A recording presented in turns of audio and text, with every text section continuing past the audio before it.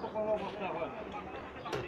আর যে কোনো একটা কাজ সবাই মিলে করাটাই সবচেয়ে উত্তম এবং এটা একজন ভালো কাজ।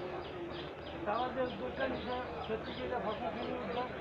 আমরা সবাই উচিত এটা এটা কীভাবে জড়িয়ে রাখা যায় ভবিষ্যতে সবাই জন্য আমরাও তাদের লোকের সহযোগিতা করি।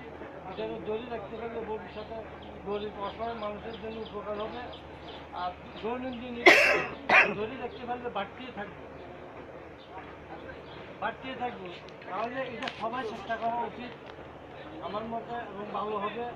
আর বিশেষ করে যুবক যারা আছে তাদের উচিত কীভাবে সময়টাকে ভালোভাবে টিকে রাখা যায়।